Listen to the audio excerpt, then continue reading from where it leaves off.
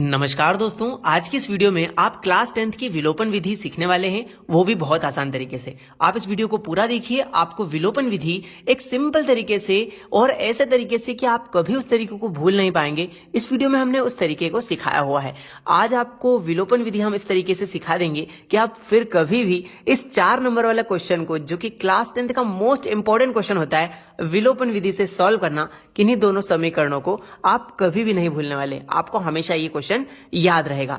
चलिए शुरू करते हैं। यहां पर अगर आप क्लास 10th में हैं तो आपको दो समीकरण को हल करना होता है, वो भी विलोपन विधि से, जिसमें पहला समीकरण दिया है 3x + 4y = 10। जो पहला समीकरण है उसे हम नाम दे देंगे समीकरण नंबर 1, क्योंकि वो पहला समीकरण है, इसलिए समीकरण नंबर 1।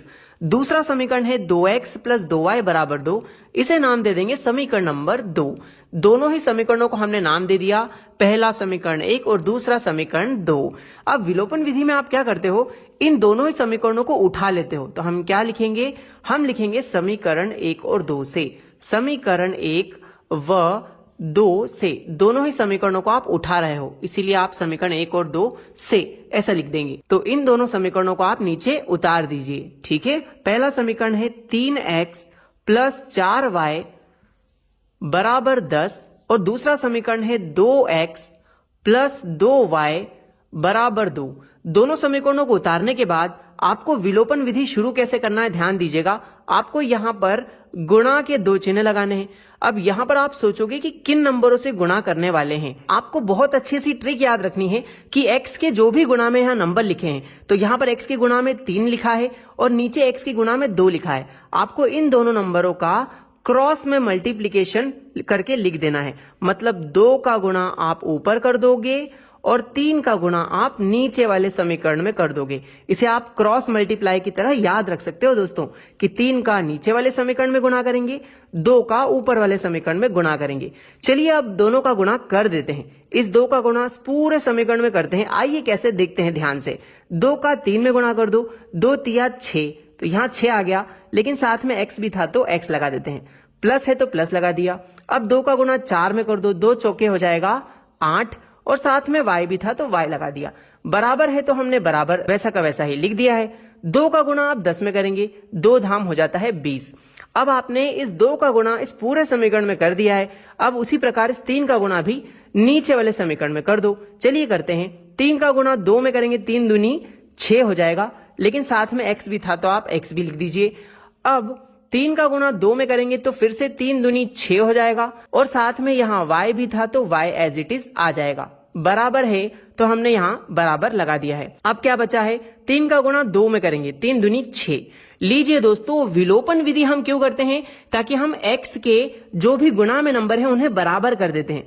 तो यहां पर देखिए, x के गुणा में यहां भी 6 है, x के गुणा में यहां भी 6 है, मतलब आपने x के गुणांकों को बराबर कर दिया।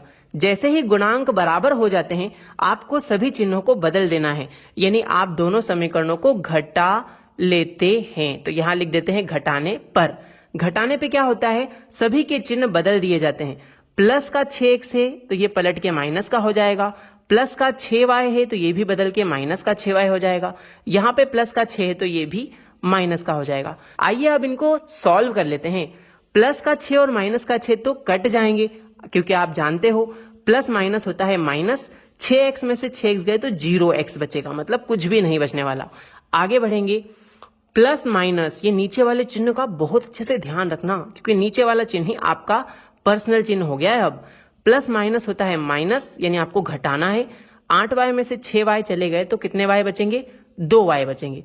बराबर 20 और माइनस का 6, मतलब 20 में से 6 गए तो कितने बचेंगे, यहां पर बचेंगे 14। अब आपको यहां से y का वैल्यू दोस्तों निकाल लेना है। यहां पर y की गुणा में 2 लिखा है, बराबर के उधर वो भाग में चला जाएगा, तो क्या आ जाएगा, y = 14/2। जो गुणा में 2 था वो भाग में उतर आया।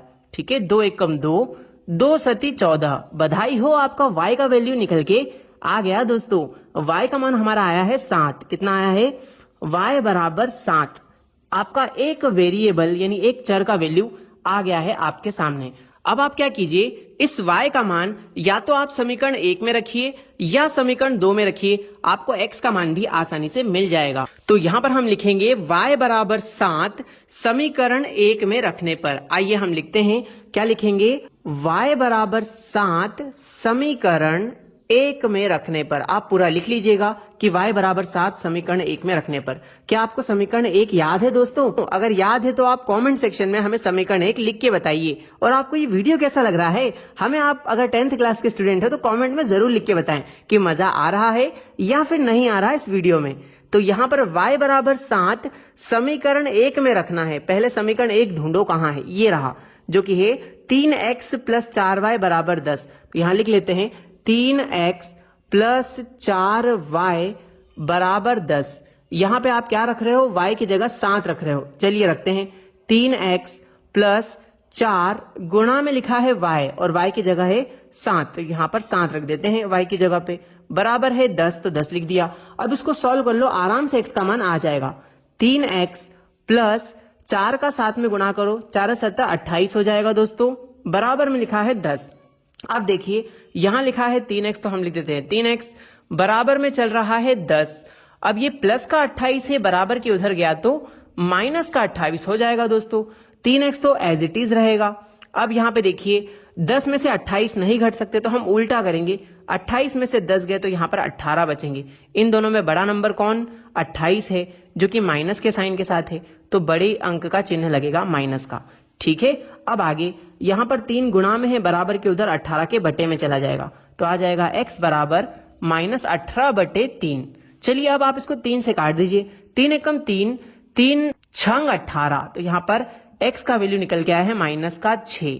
और बधाई हो, आपके x और y दोनों के ही मान हमने निकाल दी हैं। आप चाहें तो स्क्रीनशॉट ले सकते हैं। इस तरीके से आप विलोपन विधि करेंगे तो आपके दोनों ही चरों के मान यानी x और y दोनों के मान आप बहुत आसानी से निकाल सकते हैं। आपको यह वीडियो कैसा लगा कमेंट सेक्शन में जरूर बताइएगा। आप अगर प्रतिस्थापन और वज्र गुणन यानी एलिमिनेशन मेथड, सब्स्टिट्यूशन मेथड और क्रॉस मल्टीप्लीकेशन मेथड तीनों ही सीखना चाहते हैं तो डिस्क्रिप्शन में हम इन वीडियोस के लिंक दे देंगे। 2 चर वाले रैखिक समीकरण हल करने के लिए सारे के सारे क्वेश्चन हम डिस्क्रिप्शन में डाल देते हैं दोस्तों। थैंक यू सो मच आपका वीडियो देखने के लिए।